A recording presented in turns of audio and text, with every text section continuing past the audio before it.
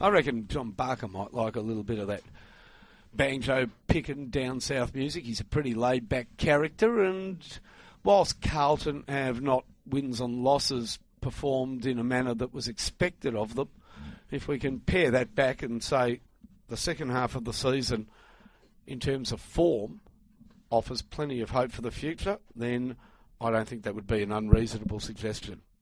He's an assistant coach at Carlton and been very generous with his time on this program throughout the year. Good evening, John. Good evening, boys.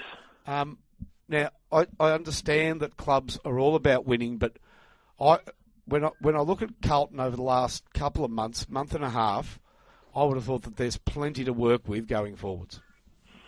Yeah, absolutely there is. We're fairly disappointed with the win-loss column at this point in time, but somewhat optimistic about some of the young talent that's coming through, and some of even the guys who've been there for a little while who are starting to grow a bit as well. So, look, I think we've got a reasonable future at Carlton.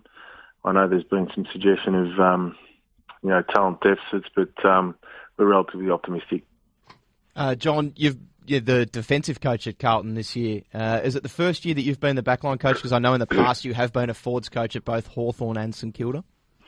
Yeah, it is the first time I've looked after the defenders, and a few people have asked me how much experience I've had in defence, and I've told them that I played as a defender at Fitzroy, so I saw a fair bit of action in the in the last 2 or 3 years there. So that stood me in good stead, and I played a little bit as a defender when I first started at Hawthorn.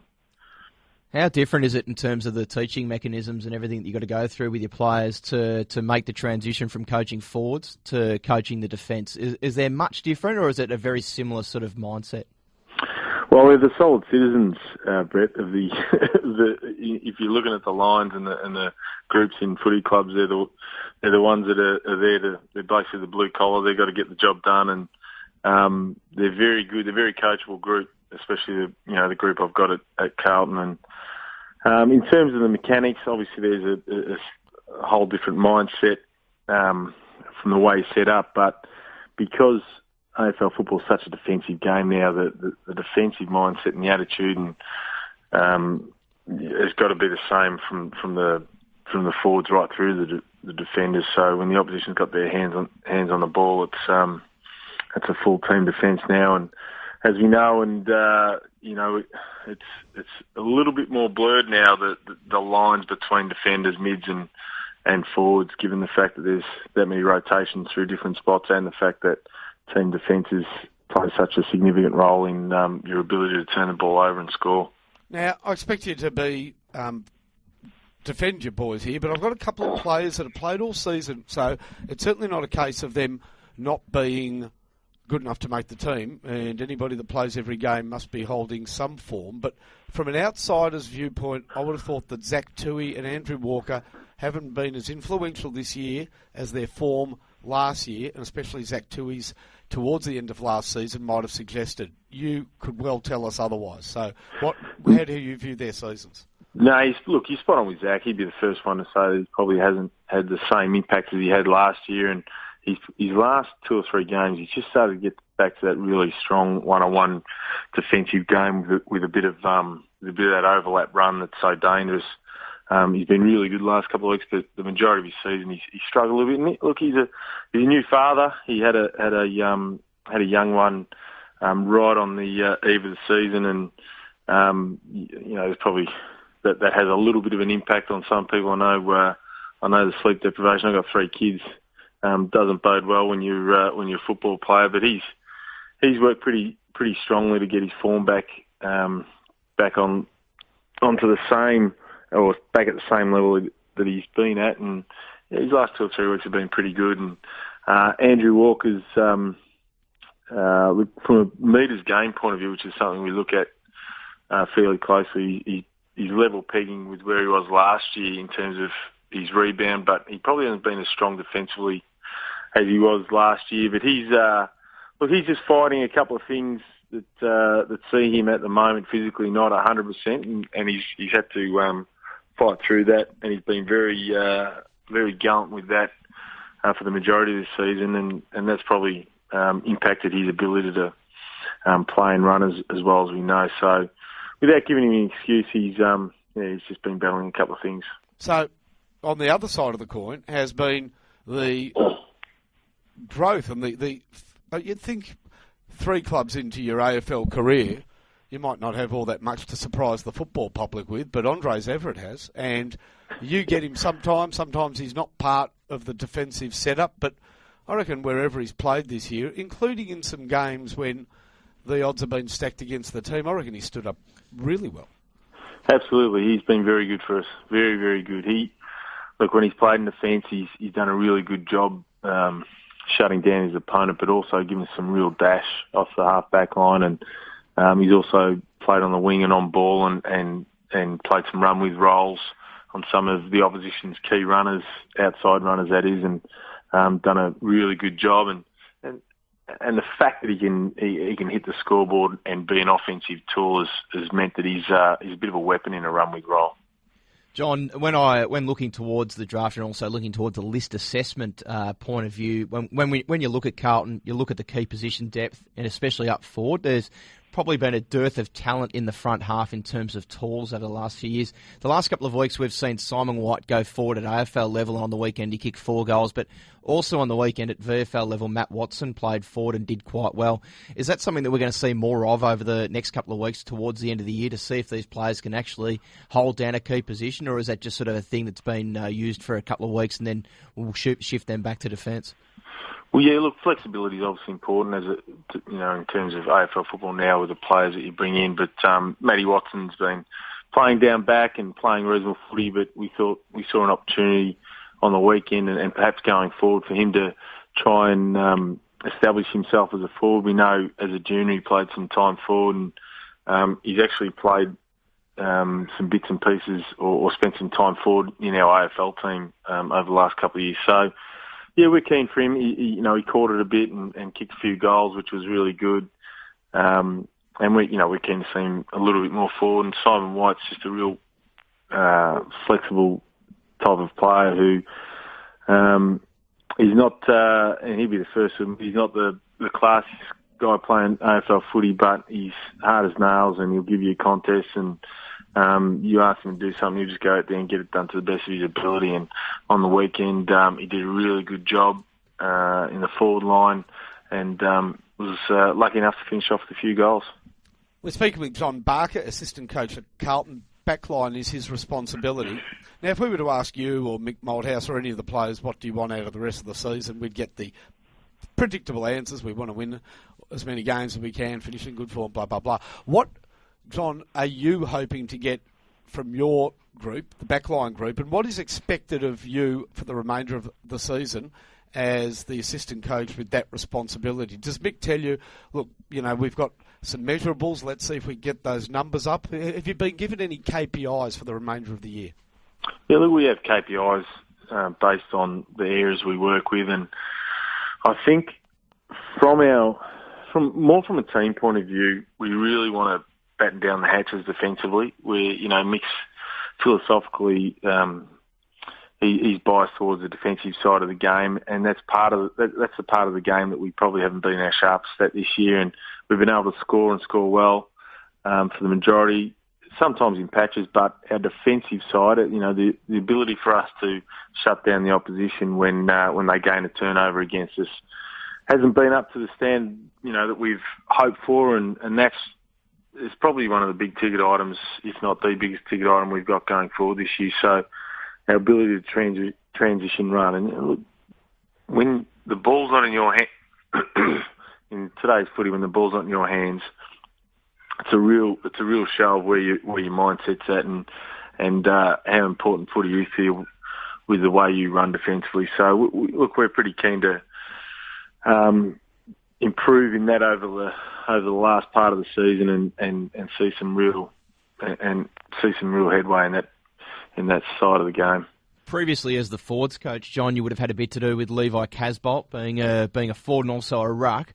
What was the biggest thing with Levi? We've seen his development over the last few weeks, and he's been outstanding with the way he's been flying at the ball and marking it. What was the biggest thing for you in terms of the thing that he had to improve to make it at AFL level? Levi's like a really nice guy, and he's like a big teddy bear almost. What we were trying to do over the pre-season, just get a little bit more aggression out of him and a little bit more confidence and a little bit, probably a little bit more confidence in his body and understanding he's a real strong, big, powerful guy, and we just wanted him to be able to use that and have confidence that he could use that. And, that's grown over the season. And in fact, over the last couple of seasons, he played a really good game against the Bombers. Not last year, but late the year before. He laid a couple of great tackles and took a couple of big marks and kicked a few goals. And, his confidence since then has been steadily growing, I guess, week by week. And this year especially, he's really, really blossomed. And, we're hopeful that he becomes a really consistent tall forward for us because he just creates such a good contest when he's playing good footy. And that allows our smalls to have some predictability with where they run to and some predictability for our ball users with where we know we're going to get a good contest. And Agent being the defensive coach of the Brazil football team this morning, Bucks. Yeah, that'd be tough going. Look, it just shows in any sport, players can fall to pieces. Yeah, they can, and that's the beauty of AFL football. There's been so many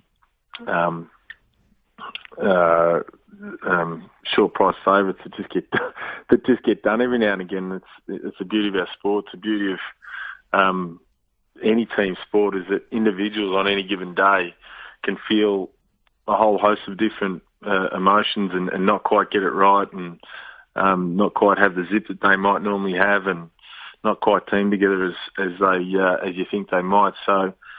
And that's what we do as coaches. We try to bring them to that pinnacle as often as we can on game day. And she's, with the demographic of player that we deal with these days, she's an ever-growing challenge. So, yeah, I'm not sure how the goalkeeper would have been feeling this morning for Brazil, but should be tough going. I know Mick being having such a strong defensive mindset. That he lets me know in no uncertain terms if we're not quite getting it right down there finally at times.